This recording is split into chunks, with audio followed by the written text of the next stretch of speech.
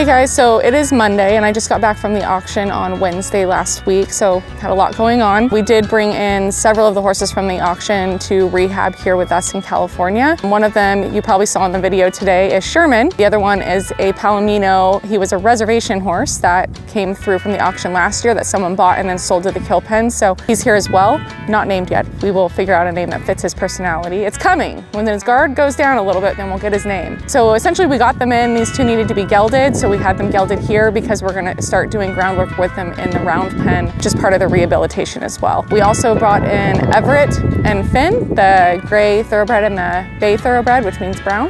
They're rehabbing here with us, as well as a buckskin horse. If you're on Patreon, you saw him. His name is Cody now, officially named, as well as several others. So we're a lot going on this week. I always love the Monday after the auction because it's kind of like things have sort of settled down, getting organized back in Texas, that we can then focus on what's going on here. Just lets me breathe for a minute. So I'm excited for this week.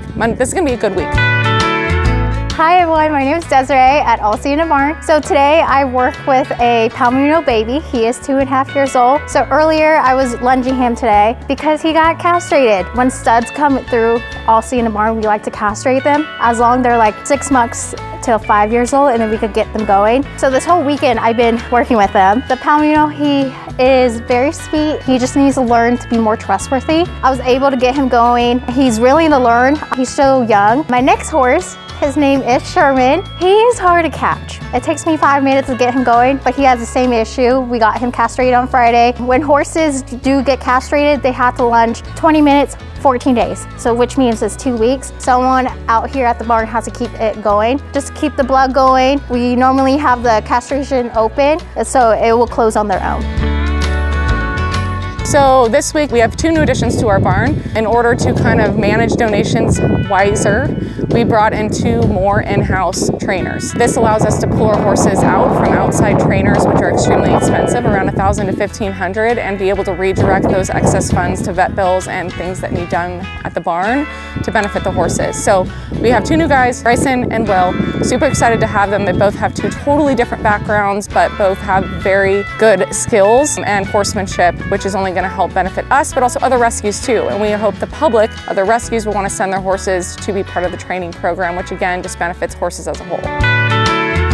Hi, my name is Bryson Nelms. I'm training the horses that need a little bit more help, horses that have a little bit more problems and are troubled, and so I'm taking them and turning them into something like her that anybody can get on and do good and actually be able to succeed and enjoy riding, not just be miserable doing it. My job, and whenever I was back in Oklahoma, was basically the same thing here. Horses that just didn't know a lot more. They would either have an issue, they'd buck a whole bunch, they'd rear up, they would just honestly try to hurt you. And we'd take them and we'd just ride them and train on them and give them love and everything else, and actually like give them a second chance. There's 3 over there that we trained when we were in Oklahoma, that 2 of them anybody can get on right now. 1 I still have in training, and that's the reason I came out here, is they needed somebody to do the same thing out here, and I was more flexible and I could do it, so I came out here to do the exact same thing. I've been solely trying to train horses for the past 6, coming on 7 years. Fell in love with it and fell in love with the horses, and then I got to where I wanted to train horses, and once I started doing that, it's almost like my calling. I was drawn to it more than most. I've trained in Oklahoma. I'm from Greenwood, Arkansas. I went to college at Tishomingo, and the only thing I got with me is my bedroll, a tent, and my dog. Couldn't ask for better. I love it. What inspires me, truth be told, whenever I was young, a buddy of mine had 2 little mini ponies, and they were wilder than wild. Absolutely ate it up, loved them. He'd always put me on them because I was small enough and everything else, and man, it just stuck with me. I loved every second of it. And training horses is all I want to do. Wake up, ass crack of dawn, get up, get to doing it, and then not quit until it's a few hours past dark. Get a few hours of sleep a night just because I enjoy it so much.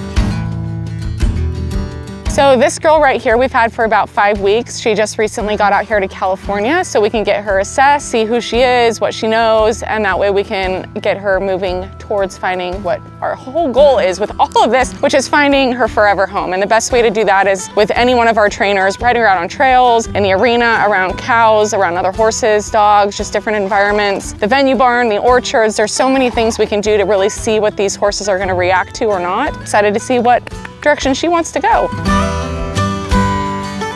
Hi everyone, my name is Madison. So today's Tuesday, so super busy day. The vet's coming out, we got the farrier. On the vet's list, we got a couple of injections, a couple lamenesses to do on a couple of our new ones. Walker's got a pretty big list today. One of them is Cleveland, so he's getting a new set of shoes today. Sticks has been working hard all morning on getting some of the shelters up. That's a really big thing for us. Our horses need these new shelters, especially now that the rainy season's gonna start. So those are super important to us and super important to the horses.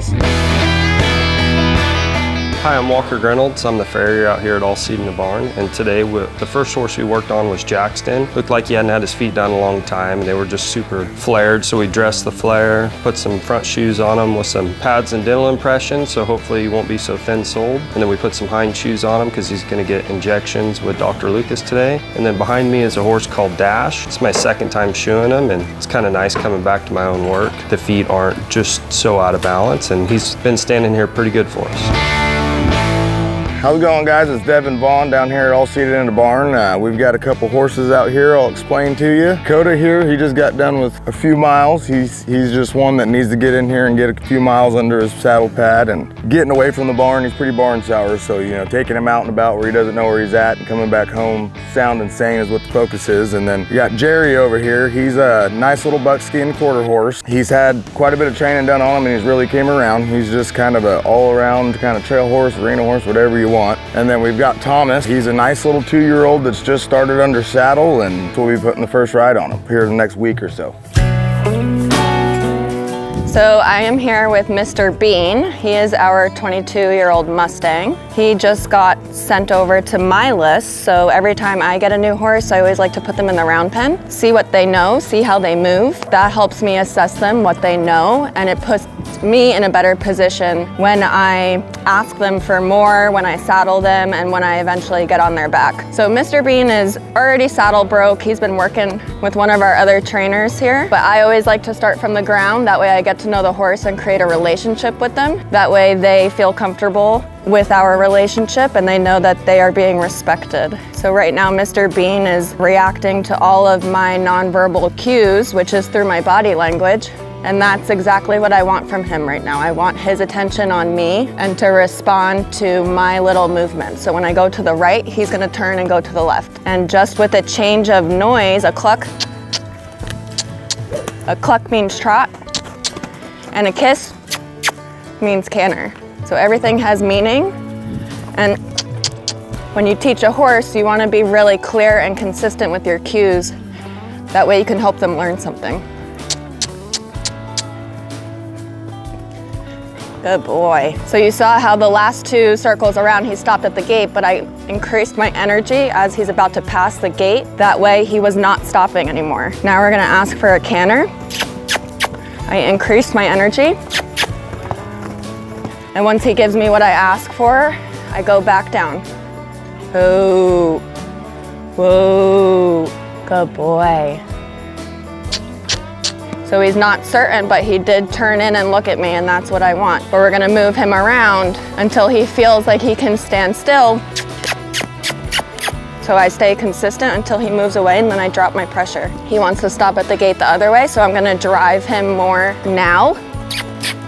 And he didn't stop at the gate. I like groundwork because it gives me a good relationship with the horse, and that's what this is about, pairing up as a team. Mr. Bean, good job. That was perfect, yes. Good boy. Hi, my name's Karen. I am visiting today from Morrisville, Vermont. Here visiting my daughter, and I was so thrilled to be able to come up here and spend some time. I've been following All Seated in the Barn for quite a while and am amazed and so impressed and have so much respect for what goes on here and the work that gets done. Just feel really lucky to be able to come here and see it for myself. You know, I've been around horses on and off all my life, and so I feel real comfortable around them, but meeting the donkeys so far has been great. I do not have a lot of experience being around donkeys, and a whole different feeling and energy just being around them and feeding them and petting them, and can't wait to spend a little more time and see some more and meet some more of the animals. It's important to me on so many different levels. From a larger overview, the incredible work towards education and awareness, for sure, the difference that Talia makes into each individual animal's life. and what that means to those of us who are supporting and watching. In my case from afar, but still feeling very much a part of what happens here, wanting to support it and believing just very, very deeply in the work that gets done here. And Talia, I mean, going every month to those auctions. For many of us, there's just such deep respect for what she's doing and her commitment. All right, it's roughly 1 o'clock on Saturday here at the auction, and we have raised enough to get 4 on our list for tomorrow thus far. We have 34 currently on our list. So if that tells you anything about the rate of donations coming in, I need your help. I don't know how to say this. I do not want to be out here tomorrow morning stressing out, which I know that I will, and it's fine, but I need your help. And the more we can get done today, the more we can do tomorrow without stressing out so bad. Because if we don't get these horses, they're going to end up in a bad place. And this, I don't even have all of them on my list yet. Like, there's a Mustang that came in, there's a horse with a broken leg that came in, a load got literally sold into the kill pen to ship to slaughter next week. So I need your help. Please donate, please share the reels, please share the reels. Please tag people in the comments, and let's just come together. Let's make a massive difference. Let's help these horses. Let's give them a second chance, and let's do what we as a community are here to do, which is help horses. The best way to support us is always through donations, whether that be product that we need or monetary. And you can do that by joining our Patreon, going to the website, or visiting any of our social media platforms for links on the best ways to help us.